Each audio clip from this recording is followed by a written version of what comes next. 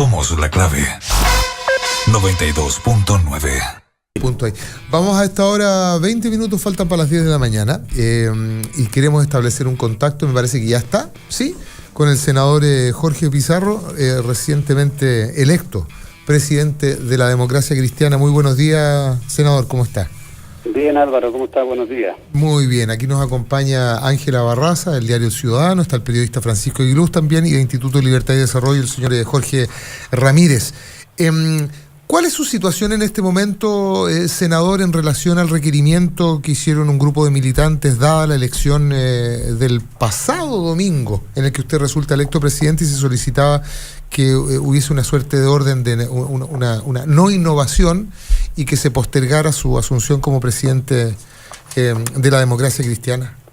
El proceso eleccionario culmina este domingo. El Tribunal Electoral del partido tiene que calificar la elección, lo hará la próxima semana y ahí determina quiénes componen la nueva mesa y procede a hacer el cambio de dirección. Esa es la situación. Los requerimientos que habían planteado algunos militantes fue rechazado por el Tribunal Supremo. Entiendo. Senador, a propósito de esta reunión que ha sido calificada, entre otros, como esquizofrenia política, me refiero a las palabras del diputado Marcelo Schilling, que aparecen consignadas en el diario La Tercera, pero también se filtra, para avanzar en esta materia, ¿no? Un principio de acuerdo que se ha denominado de salida institucional, donde el texto sería, y digo condicional sería porque no hay una formalidad respecto de lo que aquí aparece consignado, pero se señala que un acuerdo a firmarse entre los distintos partidos políticos sería el siguiente, entre otros: respaldamos la labor de la Comisión Asesora Presidencial, asumimos sus conclusiones como propias, comprometiéndonos a transformarlas en las iniciativas legislativas que sean necesarias.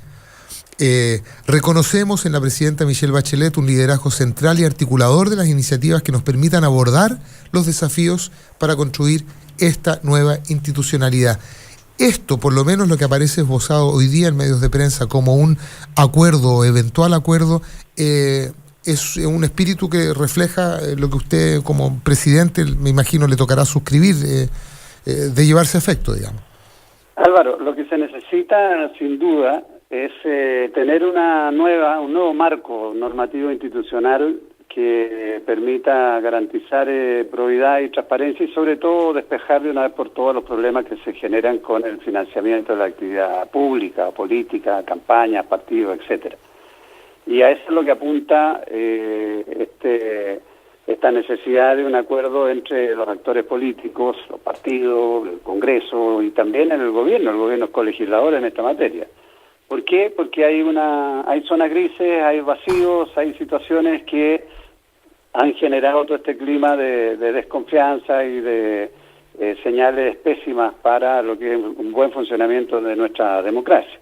De manera que es una cuestión de sentido común, que hay que buscar un gran acuerdo para generar estos cambios, porque muchos de ellos van a significar modificaciones importantes a lo que tenemos hoy. Por ejemplo, se plantea ahí el tema del financiamiento de la actividad pública. Sí. Hoy día lo que existe es una mezcla extraña de aportes privados, de aportes reservados, de aportes anónimos, de aportes personales, una parte de financiamiento público.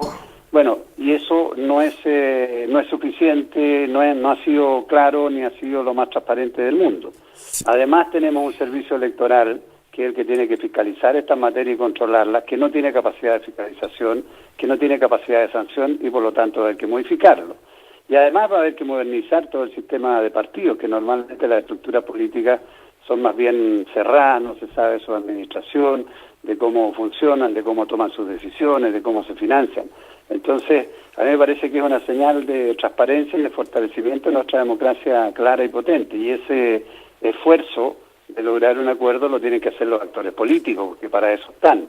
Por eso es que se ha hablado hoy día de una salida institucional. Y a mí me parece bien también que se tome muy en consideración lo que es el esfuerzo que está haciendo la presidenta con ese grupo de ciudadanos que tienen que aportar desde otro punto de vista sobre esta misma materia. Si los puntos no creo que sean, los puntos que hay que mejorar no creo que sean muy distintos.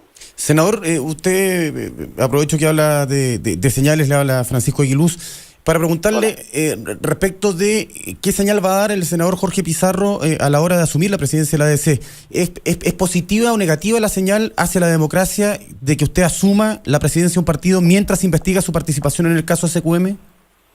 A ver, perdón, yo no tengo ninguna participación en ningún caso. Aparece su hijo mencionado y a la ciudadanía en general, el senador le llama la atención que sean solo hijos de políticos quienes prestaban asesoría a Soquimich. Yo sé que se confunde todo con todo y eso lo tengo muy consciente. Pero aquí lo que importa es que la democracia cristiana completa está detrás de esta propuesta y nosotros vamos a respaldar todo lo que signifique fortalecer la institucionalidad que permita garantizar probidad y transparencia y terminar con estas situaciones de irregularidades.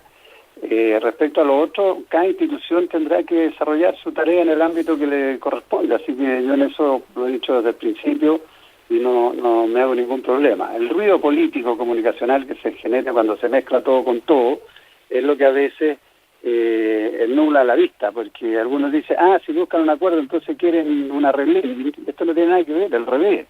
Lo de sentido común es que es necesario, muy necesario, para generar nuevamente confianza y mayores niveles de credibilidad, que modifiquemos estas normas que son las que están generando todos estos problemas.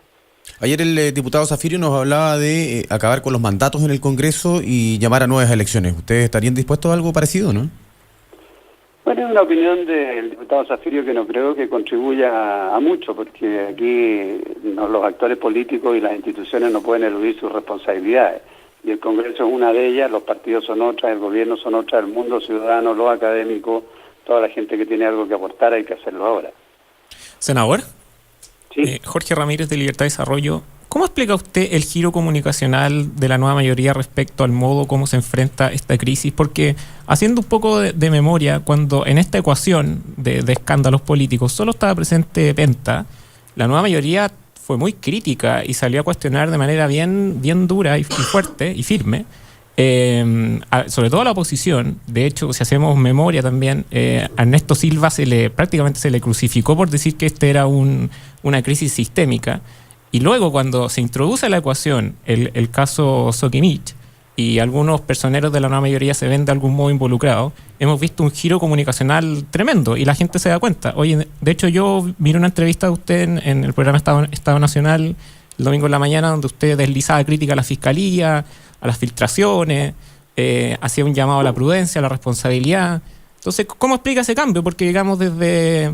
No hay, en el caso mío no hay ningún cambio, porque yo manifesté desde el principio que este era un tema del cual había que preocuparse desde el punto de vista institucional, y lo sigo manteniendo. A mí nunca me ha gustado estas cosas del empate, de que mira, le fue mal a esto, entonces me salvo yo, o saquemos un provecho de aquí y allá, porque sabemos que este es un problema que lo tenemos y de manera permanente. Tenemos vacíos en nuestra legislación, no están delimitados los conflictos de interés, no están claras las formas como se financian las campañas o cómo se controla el gasto en las campañas electorales. El CERVEL no tiene esa capacidad para hacerlo hoy día, porque no tiene ni los recursos ni el personal, no tiene capacidad de sanción. O sea, hoy día una persona puede cometer las irregularidades y no tiene sanción, no pierde el escaño, ni mucho menos. El tema de la filtración y lo demás es efectivo, porque aquí el juicio público se hace primero a través de los medios y luego vamos a ver qué determina la justicia.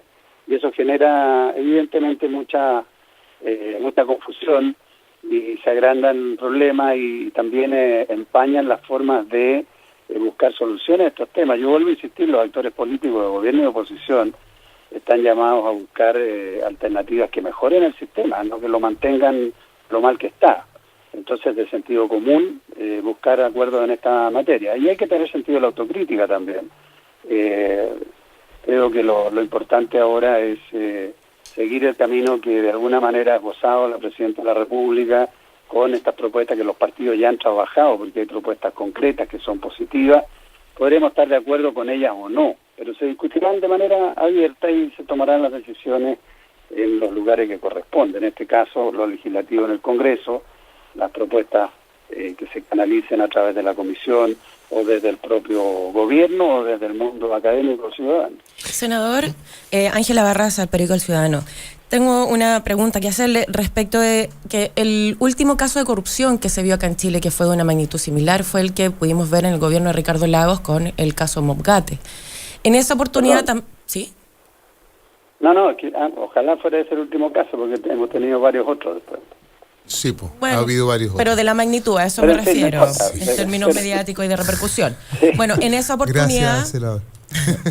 En esa oportunidad también se habló de una salida institucional, ¿cierto?, conciliadora, y se llegó al tema del acuerdo que hizo Pablo Longueira finalmente con la Concertación.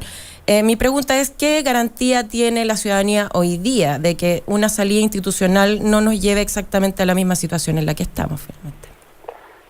A ver, bueno, son temas distintos. Lo que se hizo ahí fue clarificar y transparentar una situación respecto de ingresos en el sector público, porque claramente se estaban haciendo de manera irregular producto de la realidad que se vivía y la necesidad de tener remuneraciones en un nivel adecuado para altas responsabilidades. Hoy día lo que nosotros tenemos, creo yo, es un mal funcionamiento de las normas que creamos para financiar de manera parcial la actividad de campaña y la actividad de los partidos. Digo de manera parcial porque está limitado solamente el tema de las elecciones, en circunstancias que la actividad pública y política requiere de un financiamiento permanente. Los partidos hoy día son malos partidos o no tienen la fuerza porque no tienen la capacidad de formar sus militantes, de capacitar, de tener los centros de estudio con las propuestas adecuadas para los tiempos que vive el país. No hay democracia interna, las decisiones no se toman de manera transparente o participativa, etcétera. Creo que hay mucho que modernizar en los instrumentos partidarios que son base de un sistema democrático, y eso a la larga hace entonces que el sistema se vaya debilitando. Y lo que hay que corregir es justamente eso. Yo voy a decir una cosa que es absolutamente impopular. A mí me parece que no hay más mecanismos para generar transparencia y fiscalización y control sobre esos recursos que un financiamiento de orden público, porque eso sí se puede fiscalizar, y solo tal como se fiscalizan los programas hoy día de vivienda, de trabajo, de salud, de cualquiera, hasta el último peso que se entrega por parte del Estado, es posible fiscalizar. Hoy día en la actividad pública eso no existe. Fíjese. Y yo creo que debemos avanzar a eso porque también genera mayor igualdad de oportunidades, porque no estás dependiendo de si tú tienes un mecenas más, un mecenas menos que te pueda aportar en la campaña.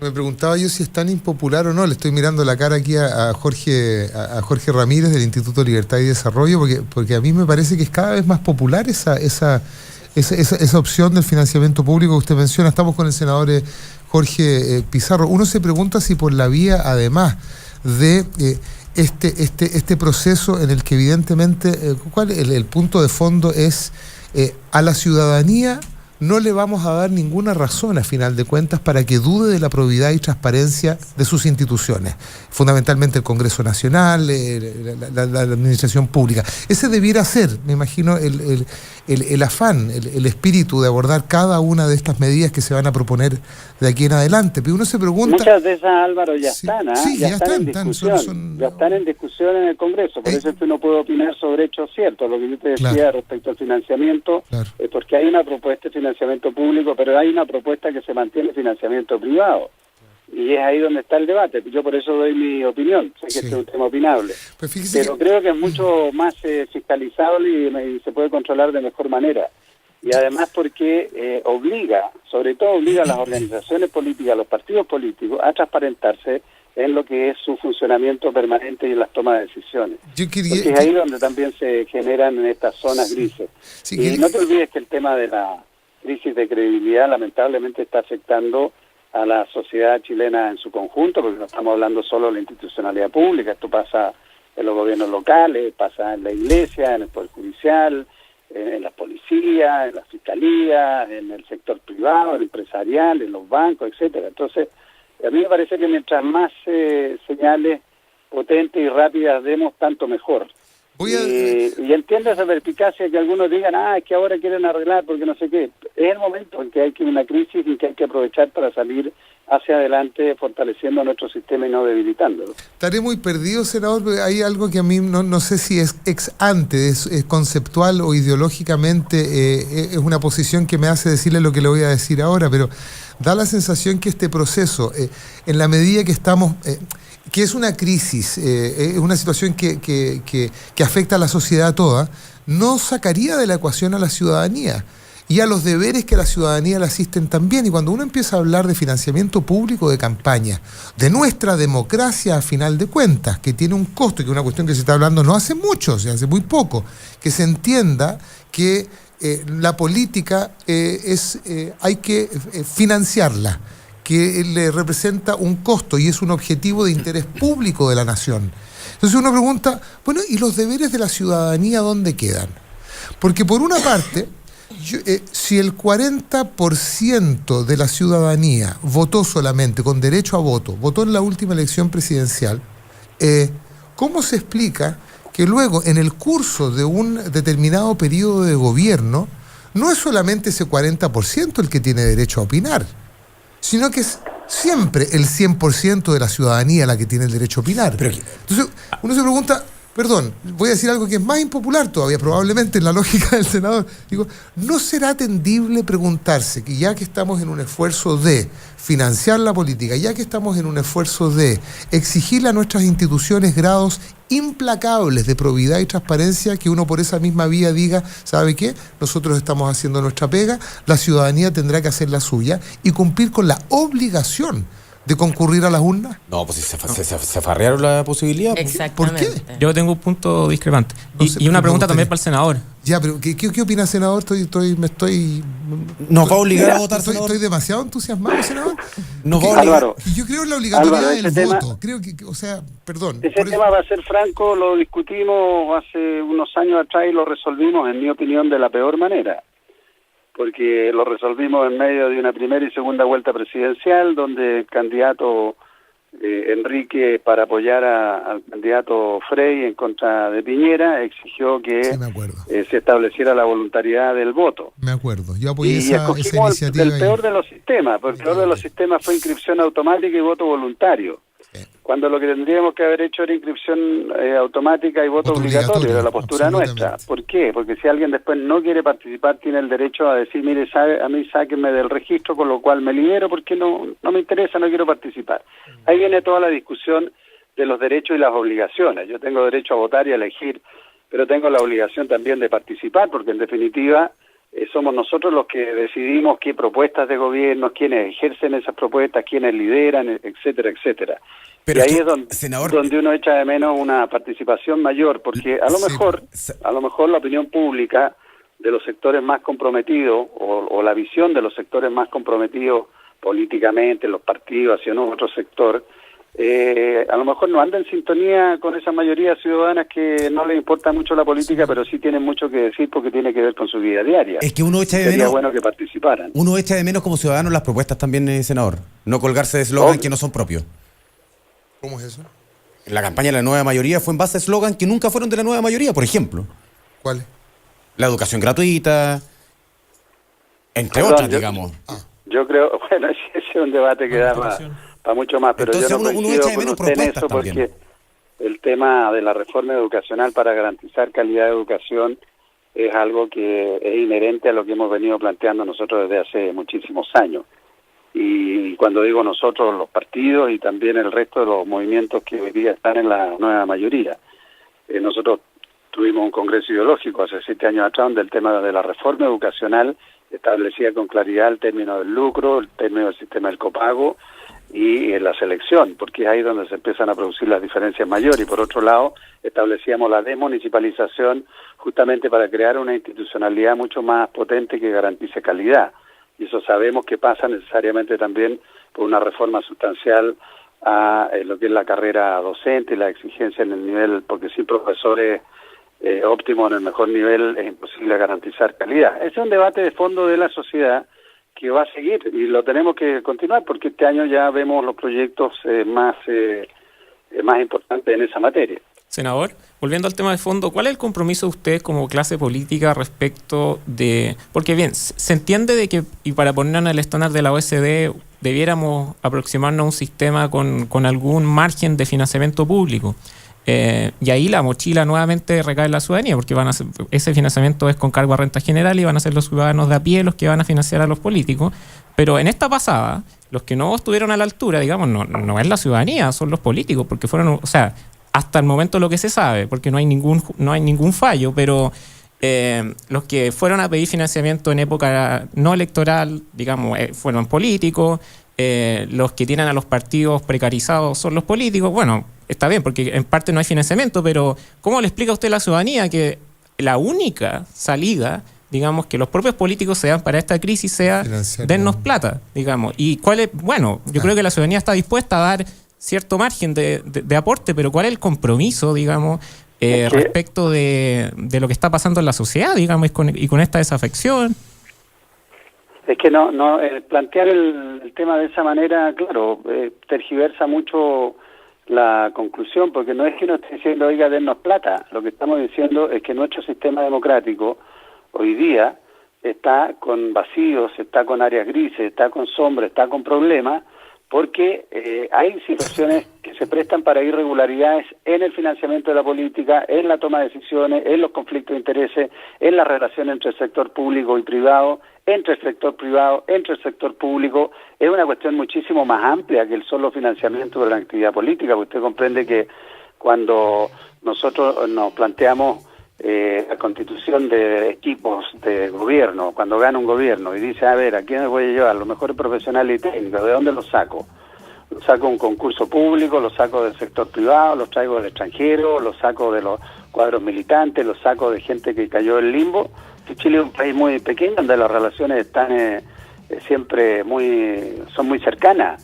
Entonces usted se encuentra con gente que viene del sector privado al sector público, a áreas que son sensibles para ese mismo sector privado, donde después ese funcionario vuelve porque dice, bueno, tengo la expertise, tengo que trabajar en alguna parte, porque con este criterio la gente tendría que irse a vivir afuera o trabajar afuera, y no es eso de lo que se trata. Entonces, en ese tipo de situaciones donde se producen estos conflictos de interés, nosotros también tenemos que normar, y muy claramente. Hoy día hay algunas restricciones, hay algunos periodos en que, por ejemplo, un funcionario que está encargado de la supervisión de un sector, en el sector bancario, eléctrico, energético, qué sé yo, no puede luego, antes de 6 meses, irse a la empresa que estuvo fiscalizando antes.